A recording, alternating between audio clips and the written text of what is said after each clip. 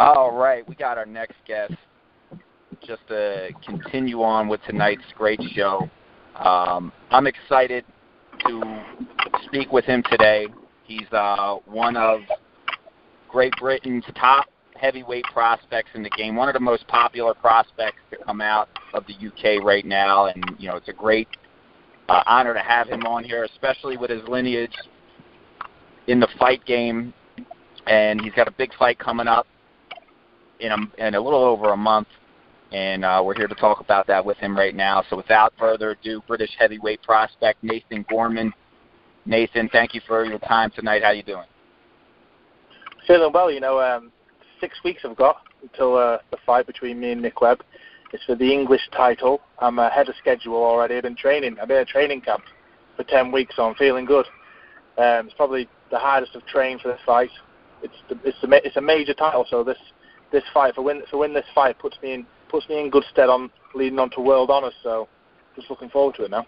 You have a lot of hype coming up from you, and I have had an opportunity to watch your videos on YouTube. I actually had a chance to watch you live as well. This is again the English title, the English heavyweight title. All the greats, world champions coming from Great Britain have won that title. It's a big step for you. What does it mean for you to possibly win this title come the 11th of November?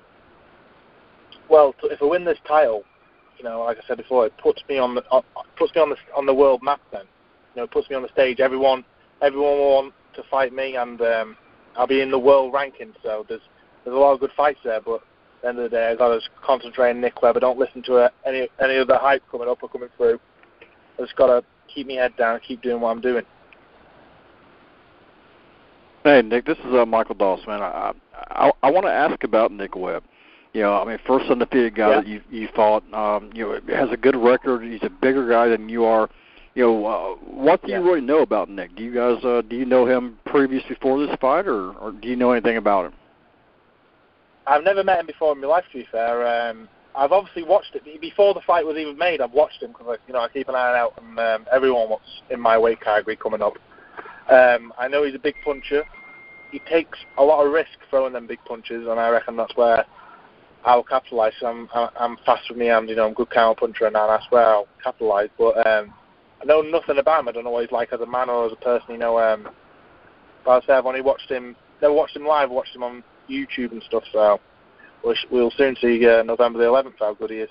There you go. And apparently the guy has a fight scheduled for the 29th of this month also. Or the 29th of last month. I don't know why they were they have another fight scheduled for him already. I don't know what happened there. He was meant to box last Friday. Yeah. Well, something happened. I think something fell through. I can't understand it. I can't get my head around it. Why would you fight 6 weeks before the biggest fight of your career up to date? If you know what I mean? Why would you risk? Anything can happen in the fight as well, especially in heavyweight. One punch can change a fight. You hit someone in the elbow, top of the head, break a hand. So why would you risk it? That's what had me scratching my head, wondering if this is really going to happen, or if there's. Do you know for a fact this fight's definitely going down, though, right? Yeah. Well, apparently everything's all go, but you never know. You never fight someone unless you're in the opposite corner with them on the night, are you? It's never set in stone. But I reckon it'll happen. Career-wise, I can't understand why it shouldn't, because if he beats me, then it puts him in the driver's seat. Do you know what I mean? So if I was him, I'd want this fight. I'd take this fight with open hands. So I can't see it falling through.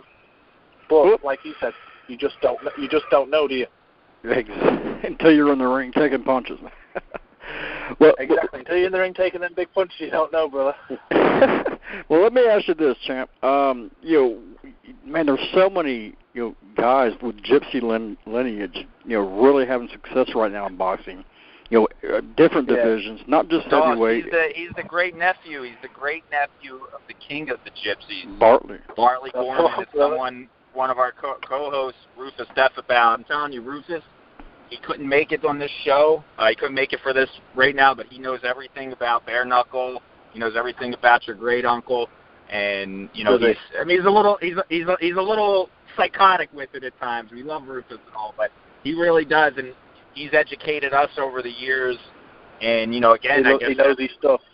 Exactly, and you have that lineage, as Doss said, man. To your great uncle, you Gypsies, man, are some rough bastards, bro, and I mean that respectfully. You're some rough mofos.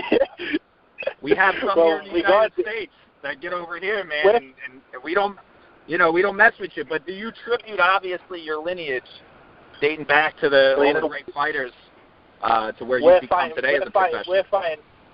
We're fighting the minute we can walk, brother. We do. So a fight's normal for us. Well, I'll tell you what. You got another Gypsy, heavyweight champion, former heavyweight champion. Tyson Fury fought for the British title in his 8th fight. You're fighting for your 11th fight. What does this mean? So early in your career, really fighting a guy, fighting for a title so early on. A lot of guys, even with the British championship, a lot of people think, oh, it's just a minor title. In Britain, it's not a minor title. Definitely. Is this kind of a stepping stone for you? Just like Tyson did, to do it so early. Are you trying to kind of match? Are you trying to match Tyson? Is what I'm saying. He already I just what I don't think it has anything to do with matching Tyson. Obviously, Tyson has his Gypsy roots as well. What's your thoughts? Yeah, exactly. Who cares if it's early for a British title fight, even in the UK. I want to know what Nathan. Obviously, in the Gypsy community, Tyson, because he was heavyweight champion of the world, I think it means something. I don't know if the Furies and the Gormans, if they got a rivalry or they're cool. But what are your thoughts? I'm gonna divert Doss's question because I think it kind of goes back to one of my earlier questions. What are your thoughts on Tyson Fury's current situation? Like him being by the British board, him being, I guess, banned by the British board, him gaining weight, him doing some extracurricular activities outside of being a professional boxer, to where he got to. What are your thoughts? I think he's in a bad place at the minute. I was reading an interview the other day. He's 26 stone plus. That's 8 stone compared to where he usually fights at. That's a hell of a lot of weight. That's another person. Obviously, like you said, the British Box Board of Control not giving his license back, and there's a lot of stuff going on with him. They took all his belts off him. You got to remember, he'd done a good show in beating Vladimir Klitschko. He was the underdog. Everyone thought he was going to get beaten. He went there and he beat him quite easily in his back garden, didn't he? So I hope he can get himself back on track and get back in the mix. One thing I like about you, Nathan, is you got for someone being 10-0 with 10 professional fights, you got great popularity. I wish a lot of the American heavyweights, the prospects in your situation, had a following like you have. This is kind of Michael's question with you as well. The void, I guess, that Tyson Fury. I know I'm not trying to say you're the next Tyson Fury. You're the one and only Nathan Gorman. But there is a void. You're a charismatic person. You've got a great personality. You know how to talk. When you get onto that big stage, is that something that you wouldn't mind filling? Is that void that Tyson Fury has somewhat left as far as being a charismatic fighter? No. Well, to be fair, Tyson is Tyson, and I'm me, like you said before. I'm just going to be myself. I'm no fake. I don't put on any show. I don't put on any attitude. I'll just be myself, and obviously, like you said before, I have a lot of following through being myself, so I'm just going to carry on being myself. There's no fake or anything like that, is there? I don't think. No, and I respect. There's good times. There's good times. There's nothing down, but there's not going to be nothing, no harm in it. Let's dive into a couple of the prospects. I'm going to grab one of them, unless Tim, you want to grab one. But the first one I want to bring up to you is Daniel Dubois. He's getting a lot of, Frank Warren is promoting him pretty well, pretty hefty. Yeah. They're saying he's almost ready for Anthony Joshua, which I think's rubbish. What are your thoughts what are your thoughts on Daniel Dubois as a fighter now, and do you fancy a fight with him somewhere down the line? I'd fight him tomorrow morning. That's the genuine truth. Me and Daniel's done over 300 rounds of sparring together. When we were on the Great Britain team, I sparred him a hell of a lot. And him and I, if we fought, who hype about him. At the end of the day, that fella who we last fought, no disrespect to him, I'm not a disrespectful person, but he had about as much resistance as my granny. He had no resistance whatsoever. The minute he got jabbed, he fell over. So, there's a lot of hype behind him. At the end of the day, he looks good. He's ripped to death, and he's 6'5", sheet of muscle. But I know what the real Daniel's about, and only time will tell. That's all I'm saying. I got a name for you. But I'd love to fight him. I'll go ahead. What about another guy who's coming in with a lot of hype? He was a silver medalist in the Olympics, and that's Joyce. No, Joe is old. I reckon Joe's under the radar a bit. Everyone keeps slating Joyce. I've sparred Joyce. I rate him. I think he's a good boxer. You don't win silver medals and world medals in the amateur games for nothing. You got to be good. So I reckon he's a good fighter. He's fighting someone. He's fighting Ian Lewisham in his debut over 10 rounds. That's a tough fight. No one does that. But at the end of the day, he's 31 or 2 years of age. He's had hundreds, if not a couple hundreds of amateur fights. He's been in with the world's best, so he can't really go from fighting the world's best amateurs to fighting 4-round journeyman who he's going to knock out in a round. He's going to learn nothing. So I reckon him and his team is doing the right thing by putting him in with good fighters. What he's used to on that, on that level. So, well, with them doing that. With them doing that so quickly, do you think that there's a possibility? I mean, if they're fighting guys, with 20 fights already in their first fight, do you think that there's a good chance that you could actually fight him? Especially being the British champion. Exactly. If I win the British title, could very well be. But at the end of the day, I'm in this sport to duck no one. I'll fight whoever they say. I'll box. I'm not that type of man. So if it happens, it happens. If it doesn't, it doesn't. But coming from Britain, surely our paths are going to cross. But you never know in the near future, do you? There you go.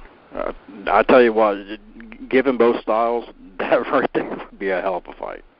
I want to see that fight. Nathan, listen, man, we gotta again. We've been talking about, shout out to Monica Hughes for arranging this with you. We've been talking about you on the show for a while. Again, you've reached an amount of popularity. A lot of these fighters here in the United States, some young prospects that we have, some guys that are knocking on the door of contendership, and it would be unfair for us to not ask you, what are your thoughts on some of the American heavyweights that are out here today? Do you have your eye on any of them? Does anyone that you think highly of? If you can, throw us some names. There is some good. Obviously, Deontay Wilder, he's the world champion, isn't he? I reckon Deontay Wilder is a dangerous man. Obviously we got our world champion, Anthony Joshua, and former world champion Tyson Fury, but I do reckon Deontay is a dangerous man. He swings big wild shots, but in 12 rounds, remember that's 36 minutes of fighting, you're going to get hit, aren't you? And he's a man you don't really want to get hit by, so I reckon he's dangerous. There's a few up-and-comers, isn't there? What's his name now? Big Baby Miller. He's another guy. He looks good. He looks big, I know that. He looks like a truck. Yeah, he's a big guy. He's charismatic. He knows how.